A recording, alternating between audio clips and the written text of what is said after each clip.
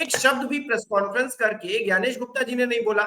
मतलब 272 जो पूर्व अधिकारी हैं, जजेस हैं, वो अवेयर हैं अपने देश में जो चीजें हो रही हैं उसको लेकर, चलिए अपनी अपने अपनी अपनी बातें रख रहे हैं, लेकिन ज्ञानेश गुप्ता जी एक शब्द नहीं बोलेंगे।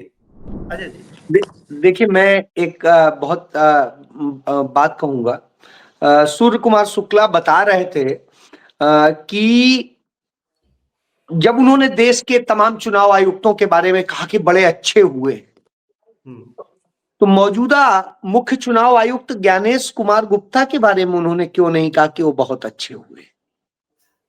वो आज भी टीएन सेशन पे क्यों जाते हैं?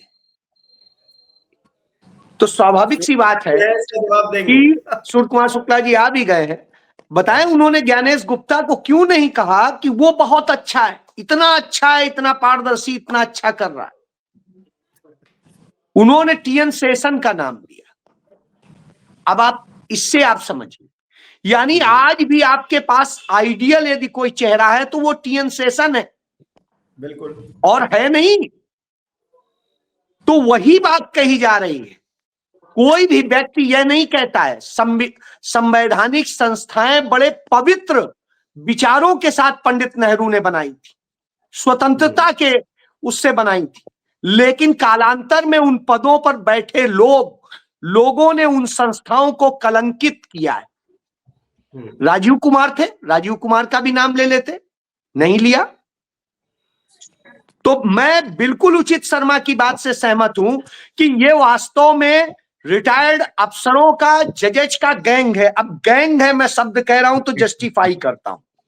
आपको 2 जस्टिसेज हैं सुप्रीम कोर्ट के, आदर्श कुमार गोयल, ये जब एनजीटी के हेड थे अभी सुप्रीम कोर्ट से रिटायर होने के बाद में, तो इनके पूरा जो दिल्ली और आसपास का सब प्रदूषण की जो स्थितियां हुई, जिसके लिए इन्होंने तमाम सारे ऑर्डर्स करके परमिशंस दी, तमाम ग्रीन उसको खत्म करने का काम किया, जो कि एनजीटी था, नेशनल ग्रीन ट्रिब्यूनल, खुद विवादों में रहे।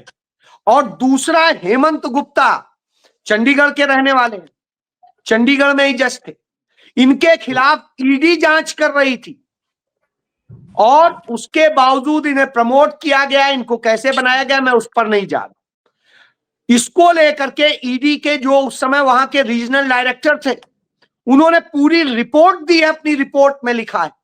साहब, इनसे आप उम्मीद करेंगे, आप उम्मीद करेंगे उन लोगों से जो ऐसे ऐसे लोग हैं, इसमें नाम मैं देख रहा हूं, तो जैसे मेरे एक और परिचित हैं, एपी पांडे, पंजाब में डीजीपी रहे हैं, और साहब बिजली में जो बिजली विभाग का जो उसमें डीजीपी होता है, पुलिस से जाता है, उसमें थे।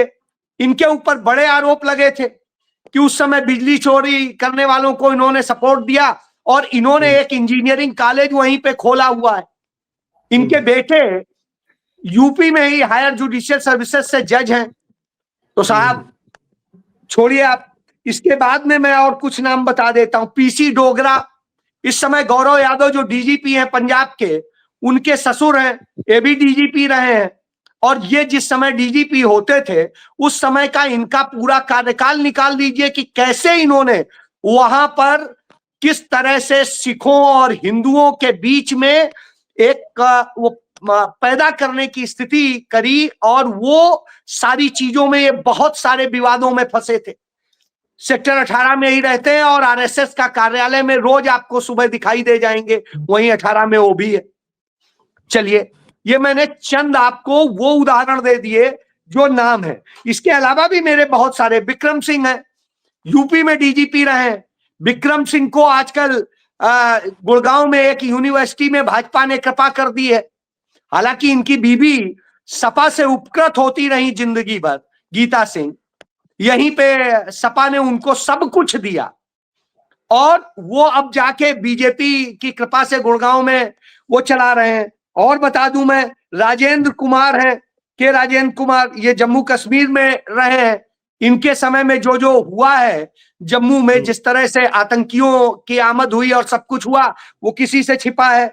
इसके बाद आप देख लीजिए, जो आरएन सिंह है, यूपी कैडर के ही हैं, इनके बारे में किसी से भी यूपी में पूछ लीजिए क्या स्थिति थी, खुद सूर्य कुमार शुक्ला ही बता देंगे।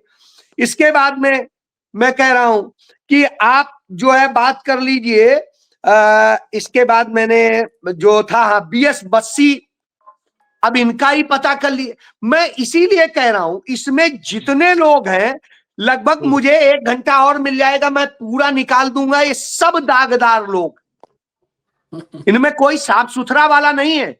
इनमें वही AS ढींगरा जस्टिस हैं जो दिल्ली हाई कोर्ट में होते थे, और जैसे ही हरियाणा में सरकार बनी थी, इन्हें जांच दी गई थी, ढींगरा कमीशन बनाया गया था कि वाड्रा एंड वो लैंड जांच की कमीशन बनाया गया था, 3 महीने में रिपोर्ट देनी थी। 8 साल लगाए और 8 साल बाद में अंत में क्या कहा कि नहीं, कुछ नहीं मिला।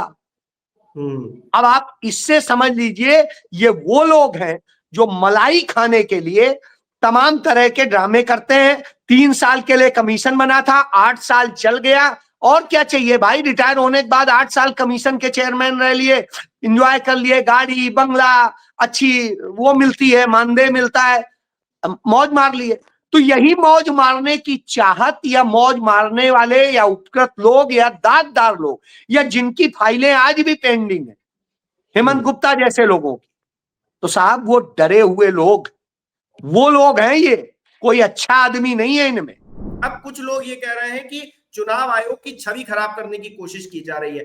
अब ज्ञानेश गुप्ता जी जवाब ना दे और छवि खराब हो रही है पूरे देश की या फिर चुनाव आयोग की? हिमांशु, ये बहुत बेतुका सवाल है कि छवि खराब हो रही है। हकीकत में अगर देखें तो मैं 92 से इन चुनाव आयोग को देख रहा हूँ, तो मुझे तो लगता है कि जितने अभी सवाल और जितने कटघरे में अभी खड़ा किया गया है चुनाव आयोग को, इतना पूर्व में मैंने कभी नहीं देखा कि इतने संदिग्ध चुनाव आयोग, इतने नेगेटिविटी चुनाव आयोग के प्रति इसके पहले मैंने 25-30 सालों में हिमांशु नहीं देखी, जो वर्तमान में देख रहे हैं। तमाम PN सेशन से लेके इस ये वर्तमान में मठाधीश जो अभी है ज्ञानेश जी, स्पष्ट तौर पे कहूँ तो उनको भी देखा, तो वो मुझे कहीं से रिस्पॉन्सिबल नहीं लगे। एक फेयर एंड फ्री जो होना इलेक्शन होने चाहिए उसके पक्षधर तो वो नहीं दिखे। इस तरीके से चुनाव होंगे। और अगर कोई ये 272 लोग जो लोग ये है, इसमें आप जब देखिएगा गौर से तो 2 सुप्रीम कोर्ट के जज केवल 2 ही है, एक हाई कोर्ट के चीफ जस्टिस है, बाकी 13 जज है और बाकी IFS जो है। तो ये कहीं ना कहीं जब भी लोकतंत्र की हत्या की 13वीं मनाई जाएगी तो इन 272 लोगों को 13वीं का इन्विटेशन जरूर मिलेगा, क्योंकि ये वो लोग है जो 272 वो लोग है कि जब हत्या हो रही है तब भी अगर कोई इंसान अगर बोल रहा है